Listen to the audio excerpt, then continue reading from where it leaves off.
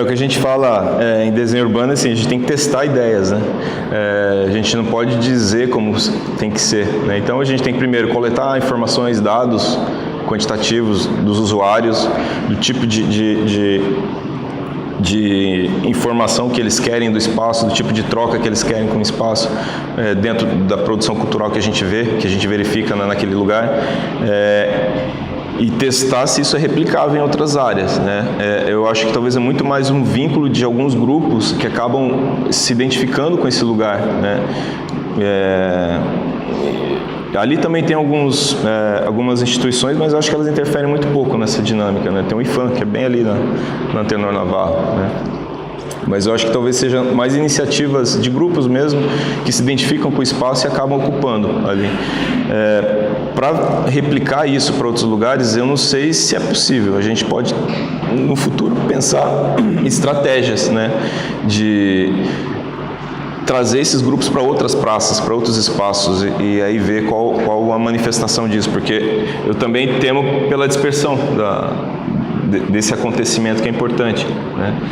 Mas eu acho que o centro ele é bem pujante, ele pode ter outras atividades também, né? Além que é um grupo de cultura um pouco específico, né? De universitários, né? Você não vê outros segmentos da população ali, né? Então são pessoas que gostam de um determinado tipo de música, né? Que tem uma determinada renda mediana e que tem um certo padrão assim de ocupação. E eu acho que o centro tem uma dinâmica bem interessante em vários períodos do dia, né? De manhã você vê uma dinâmica, você vai em pontos, em praças diferentes, de tarde tem outra dinâmica, né? É engraçado que quando a gente olha as ruas da General Osório, por exemplo, se você parar naquele semáforo e olha a rua, de manhã o sol está batendo numa parte da fachada, as pessoas estão na esquerda, né? Aí o sol inverte a posição, todo mundo vai para a direita. Então você vê que tem uma dinâmica que é assim, rotineira, isso é bem interessante mesmo. Então você vê no dia a dia ali do centro que é muito, tem um potencial muito forte. E voltando naquele assunto, eu acho que a gente pode sim potencializar outras áreas e com outras manifestações culturais.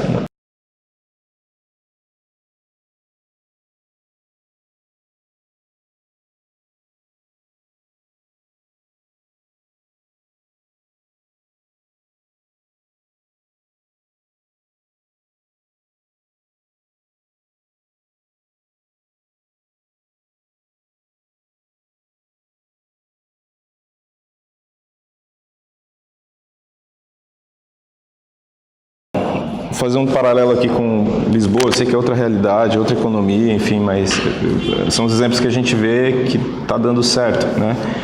A minha filha, a gente optou em colocar as duas meninas lá em escola pública, né? Hoje em dia é difícil, eu estudei em escola pública e eu sei que é muito difícil, né? Hoje as crianças irem para a escola pública no primeiro e segundo grau, a gente optou até, sei lá, se por memórias nossas, de querer ver o filho numa escola pública onde você vê de tudo, de crianças pobres, ricas, chinesas, africanas, é muito interessante, né? Esse convívio é conflituoso também, né? Tem muito bullying, tem muito problema, assim, mas é parte do convívio social. E é um aprendizado, né, também, de aceitar as diferenças, enfim. E o que a gente via muito lá é que as crianças, elas iam toda semana para algum lugar da cidade com alguma atividade, né? Seja um teatro, seja uma orquestra sinfônica, seja um oceanário, que lá tem vários museus. Então ela conhecia mais os espaços da cidade do que a gente. E a gente estuda arquitetura, né? Eu estava fazendo pós-doc e minha esposa fazendo doutorado, né? E quando a gente ia levá-las para um lugar, eu falei, poxa, já vim aqui, pai, não quero vir aqui de novo, já conheço. Eu falei, então tá bom, né? Então a gente vê que tem uma política mesmo das crianças reconhecerem os espaços e também a cultura, né? Por que a gente vê que o jovem hoje não se interessa por cultura? Porque ele não se identifica, ele não sabe o que é uma orquestra, não sabe como é feito, né? De repente a pessoa faz uma intervenção de arte contemporânea, o cara não entende aquilo, ele não convive com aquilo é muito distante do universo dele, né? E hoje elas estudam numa escola aqui privada, murada, dentro de um pátio, a interação delas é com um pátio fechado. A gente chegou até a propor para a escola, leva para a universidade, leva, sei lá, aqui tem o Jardim Botânico, fantástico. Leva as crianças para conhecer o lugar, vamos incentivar. E não tem essa preocupação, né? Os pais não deixam, a cidade é perigosa. Então o que a gente está vendo, a gente está criando uma sociedade isolada da cidade, isolada dos espaços, isolada dos parques. O parque acaba sendo um espaço de fundo de cidade, né? O centro, a cidade está virando as costas para o centro. Então o que a gente vê é que falta essa preocupação maior, com a cultura. E isso leva com que as políticas não funcionem, né? Não tem essa identificação entre a população e as festividades, a população e o reconhecimento que isso é importante, né, que determinado segmento cultural é importante para a cidade. Então, acho que esse reconhecimento vem desde cedo. E eu acho que talvez um caminho para recuperar isso é começar com os jovens, né? Eu acho que seria talvez o que eu penso, né, como uma possível solução para esse problema.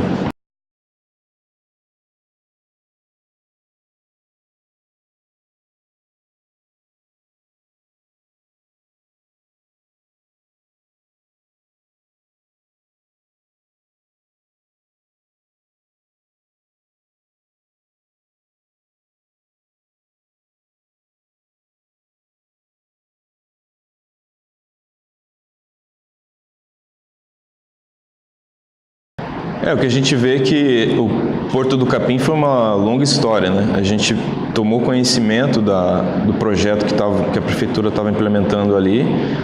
A gente se assustou, né? Porque é aqueles projetos que se decide numa sala, né? Com 4, 5 pessoas e não consulta as pessoas, não consulta a comunidade, não vê o que a cidade quer, né?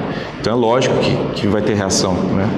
E a proposta era de remoção daquelas pessoas ali e fazer uma praça com aqueles coqueiros que eles adoram coqueiro, né? Aí faz aqueles coqueiros sem sombra e, horrível. E a gente se mobilizou. Eu não participei muito ativamente dessa intervenção, foi mais a professora Elisabetta, né? E a gente utilizou também um evento que chamou Urbicentros, que foi nesse período, né, 2014, 2013 e 2015 também. E fizemos o evento justamente trazendo a comunidade para participar e mostrar o que era o problema do Porto do Capim, que são 400 famílias, né, que moram ali e iam remover todos, né, dali, né, e jogar em outra área da cidade. E com essa resistência, acho que até com o apoio da universidade, porque a universidade começou a alimentar o movimento de resistência com informação, com mapas, com levantamentos técnicos, né, com quantificações, mostrando exemplos de outros lugares que isso não aconteceu, né, que as comunidades se mantiveram no lugar. E com isso, o próprio Ministério Público teve documentação suficiente e conseguiu embargar a obra e não foi levado à frente. Então isso foi uma vitória, né, de você fazer com que a comunidade permanecesse. Em geral, o que acontece é a especulação em cima. A gente vê até que é um contrassenso que o órgão de patrimônio, tanto do Estado quanto federal, que é o IPHAN, trabalhe para a preservação do patrimônio. Eu acho que isso é mérito, a gente valoriza, mas não dá meios de que esse patrimônio resista. Ele está definhando, ele está indo embora. Ou seja, então você está atuando dentro da lógica da especulação imobiliária, né? Daqui a um tempo, vamos supor que a periferia deixa de ser lucrativa, para onde que esse pessoal vai? Vamos voltar para o centro. Os casarões já caíram mesmo, né? Vamos construir torres lá agora. Vamos mudar a lei, igual fizeram aqui no Altiplano. Muda a lei no Natal, né? Na véspera de Natal. A gente já compra o terreno antes, né? Muda a lei na véspera de Natal, ano que vem a gente começa as obras. Então, basicamente, a lógica é essa, né? A gente não participa dessas decisões, né? Então,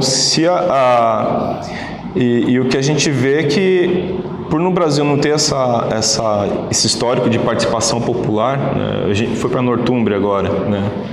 A gente critica assim, uma série de coisas lá, mas o que a gente vê é uma organização social muito forte, né? A sociedade inglesa, ela é xenófoba até certo ponto, né? Que ela não aceita muitas pessoas de fora, né? Mas é uma sociedade muito fechada e isso vem de milênios, né? De organização social, de resistência para comer, para sobreviver à neve, né?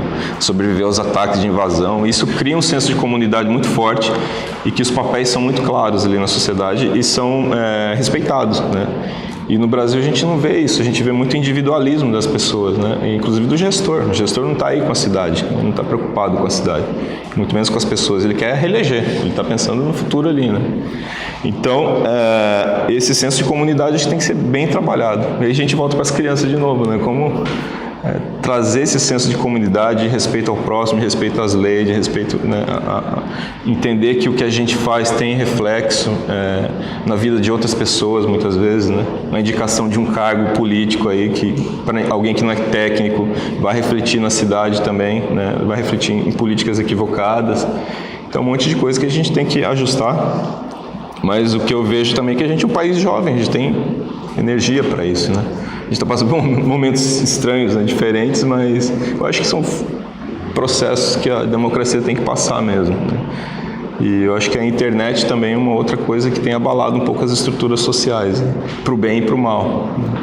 Então, acaba que esses grupos mais radicais têm se organizado pela internet e têm ganhado força com isso. Então, talvez o nosso desafio é repensar como discutir e dialogar com isso, né, através de leis, né, por meio de mais, talvez, controle, não sei, né, não sei como pensar isso agora. E isso reflete na cidade, reflete nesse planejamento.